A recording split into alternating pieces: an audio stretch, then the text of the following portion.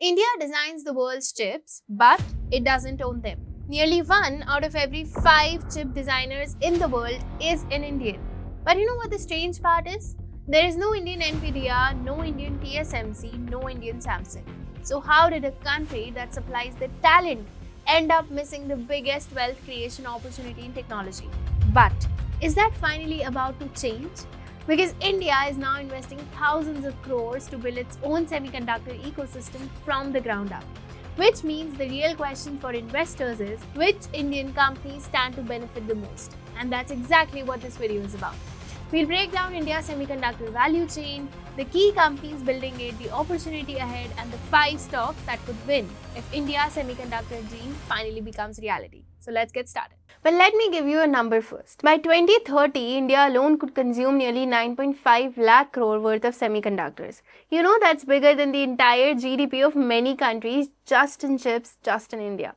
And right now, India imports nearly 95% of the semiconductors it uses. 95%. India's semiconductor imports have gone from 54,000 crore in FY17 to over 2.88 lakh crore in FY25. That's more than a 5x jump in less than a decade.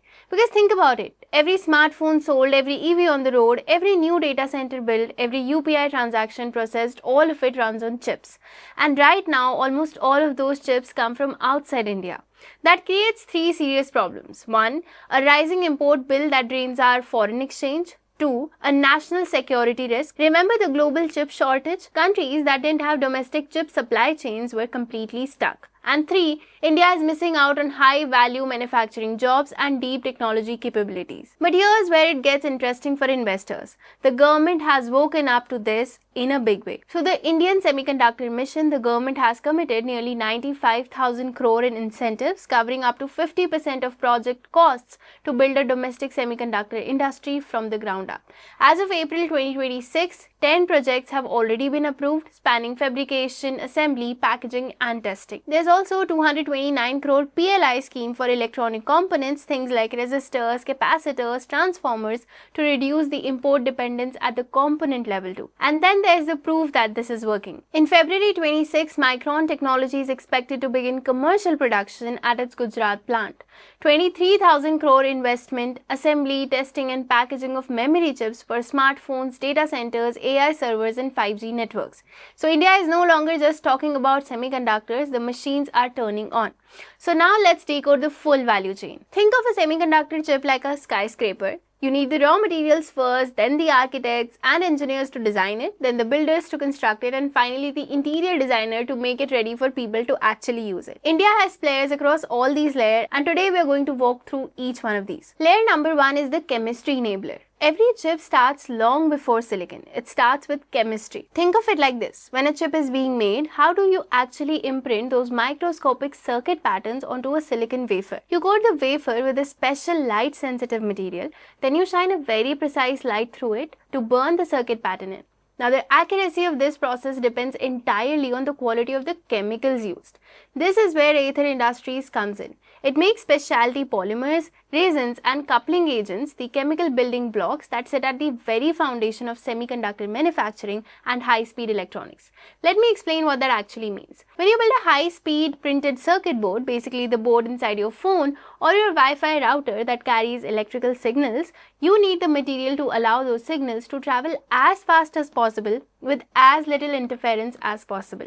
Aether specialty materials are designed to do exactly that. Then there's also something called coupling agents, so your PCB doesn't crack or fall apart under heat or stress. This matters in EVs, 5G towers, AI servers, anywhere reliability is non-negotiable. Now here's the investor angle. Management has already expanded its pilot plant 3 times over. Now they are targeting around 400 tons of semiconductor related materials in the first phase at a price of roughly 3,800 to 4,700 per kilogram. And the semiconductor materials opportunity itself is expected to triple by 2030. And the numbers are strong too. Aether reported 11,601 crore in revenue and around 2,195 crore in PAT in FY26. That's a 19% margin, up 38% and 39% year-on-year respectively. Now this is layer 1, the raw materials or the foundation of the entire chain. Now before a single chip is manufactured, someone has to design it. Think about this. A modern chip can have billions of transistors on it. each one smaller than a virus. Designing that is an enormously complex job, and India already dominates this layer globally. Nearly 20% of the world's semiconductor design engineers are based in India, so we are not building this ecosystem from scratch, we already have the talent. Now, there are two Indian companies in this layer. Tata Elxsi is one of the most interesting plays here. It works on chipset design, silicon validation, functional safety, embedded software, and AI-assisted verification. Now, verification might sound boring, but it matters because as chips get more complex, verifying that they work correctly has become one of the most expensive parts of the entire design process. Tata Elxsi is positioning itself right at this bottleneck. In FY26, they launched DevStudio.ai, their AI-enabled engineering platform.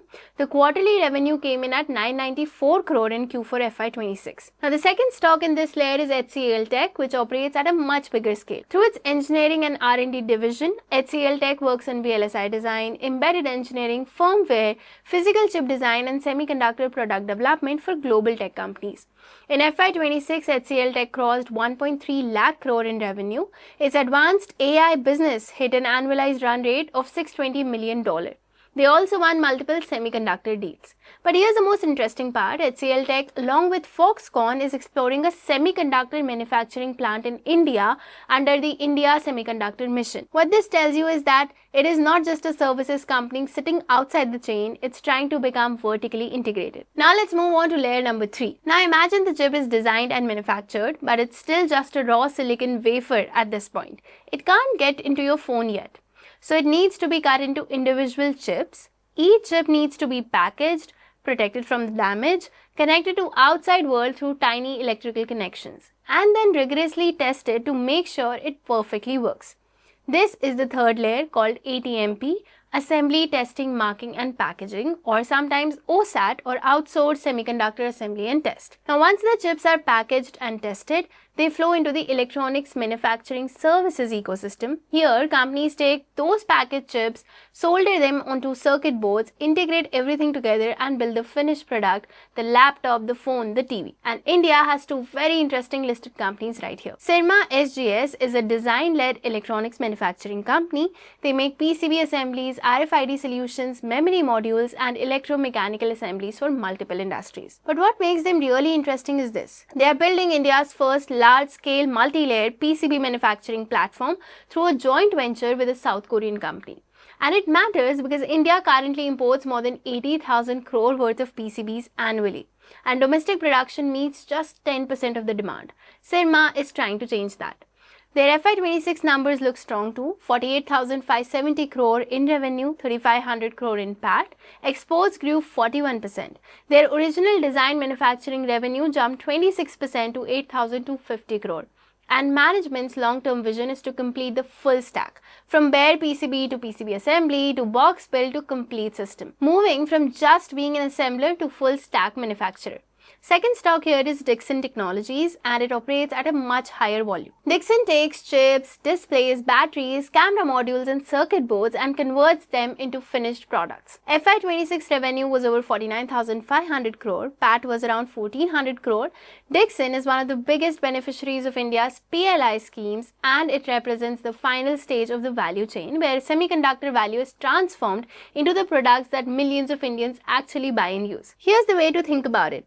Without Syrma and Dixon, even the best chip coming out of the best fab in India doesn't reach you. So they are the bridge between silicon and the device in your hand. Now that we understood the entire value chain, let's look at the risks too, because semiconductors aren't like setting up a textile factory or a food processing plant. This is one of the hardest industries in the world to enter, so let's understand. Technology is the first wall. Chip manufacturing depends on highly specialized processes that take years and sometimes even decades to master. So there is very little room for error when your features are measured in nanometers. Talent is the second challenge. Yes, India has the design engineers, but process engineers, equipment specialists, yield management experts, building that kind of workforce takes time. Capital is the third challenge. A single semiconductor fabrication can cost billions of dollars before it makes a single dollar of revenue. And then there is time and customer qualification. Even when your fab is ready, customer doesn't want to switch. They test your chips for years because reliability is everything in semiconductors. This is why only a handful of countries have ever built globally competitive semiconductor industries despite decades of trying and spending. India's ambitions are real, but execution is everything. So let's zoom out and understand the full picture. By 2035, India aims to capture 10 to 13% of the global semiconductor market. The target is a domestic industry worth $120 to $150 billion. The goal is to meet 35 to 50% of domestic chip demand locally. Think about what that means. India currently imports 95% of its chips. If even half of that gets made domestically, the wealth creation within India's economy is enormous. And the companies positioned across this value chain stand to capture a significant piece of it. Whether India gets there is not guaranteed, but the direction is clear. And the global chip companies are arriving. One question for you before you go. Which layer of this value chain do you think India will dominate first? Drop your answers in the comments. And if this breakdown was helpful, like this video. If you want to deep dive into any of these companies, comment below, and that's exactly what we'll do next. See you in the next one. Investments in securities market are subject to market risks. Read all the related documents carefully before investing.